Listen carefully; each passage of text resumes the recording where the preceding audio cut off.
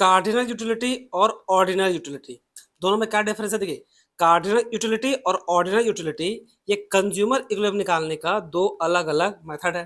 ठीक है, अब इसमें जो कार्डिनल यूटिलिटी है उसमें जो अल्फ्रेड मार्शल दिए थे, इनका मेनली कहना था कि जो हम कंज्यूमर का जो सेटिस्फैक्शन है ना, कंज्यूमर का सेटिस्फैक्शन को हम लोग नंबर पे मेजर करेंगे। ठीक है, ये उनका मेनली कहना था। अब जो ऑर्डिनल यूटिलिटी वाला जो ये लोग सब था, ये लोग का मेनली कहना था, जिसमें जे आर हिक्स और आपका एलन थे, इनका लंबा चौड़ा नाम है आरजेडी एलन। तो हिक्स और एलन का मेनली कहना था कि आप किसी का सेटिस्फैक्शन मतलब क्या? सेटिस्फैक्शन एक प्रकार का इंसान का इंटरनल फीलिंग्स होता है।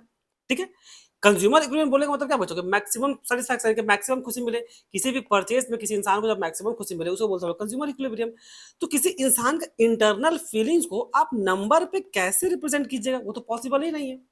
ठीक है, क्योंकि इस तरह अगर आप मेजर करने लगेगा इंटरनल फीलिंग टू नंबर पे, तो भाई अब तो फिर आप किसी इंसान का काइंडनेस नाप दीजिएगा, उसका ऑनेस्टी नाप दीजिएगा, उसका आप लव को भी नाप नाप दीजिएगा कि कौन कितना प्यार करता है। कोई बोलेगा हम इतना करते हैं, कोई बोलेगा हम इतना करते हैं। इस टाइप का आप नंबर में रिप्रेजेंट कर नहीं सकते। ठीक है, क्योंकि ये तो इंटरनल फीलिंग्स है, क्योंकि किसी का बोलने से थोड़ी ना पता चलेगा कि सच में कितना है या नहीं है।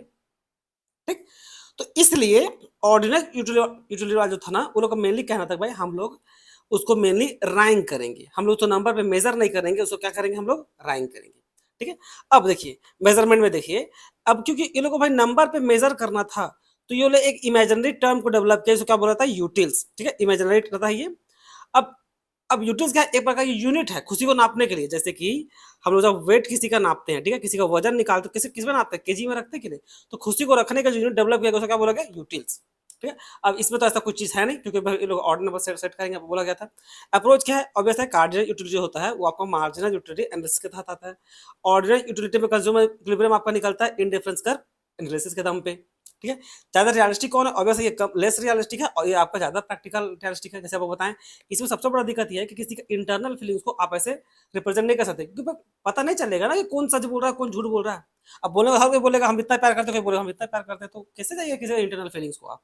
ठीक है, एग्जाम्पल में लिखा हुआ है, अब ये बोला भाई कि आइसक्रीम खाने से हमको 15 यूटिल्स मिला, और यहाँ पर लिखा हुआ है कि भाई हमको सबसे ज्यादा पसंद मान लीजिए आइसक्रीम, उसके ज्यादा पसंद है हमको चॉकलेट, उसके बाद हम उससे कम पसंद है, फिर कम में आ गया आइसक्रीम सबसे ज्यादा, उसके बाद चॉकलेट, और फिर लास्ट में मान लीजिए, लास्ट में क्या, लास्ट में मान लीजिए टी, टी लिख दिया वो इस टाइप से। तो ये क्या देखिए कि हम लोग यहाँ पर रैंक कर दिए, सबसे ज्यादा ये पहला ऑर्डर पे, दूसरा और ये तीसरा। तो इस तरह से है ये बच्चों। ठीक है, और भी डिटेल में समझने के लिए ट्रायंगुलर शेप का बटन को दबाइए। इसमें इतना ही, धन्यवाद।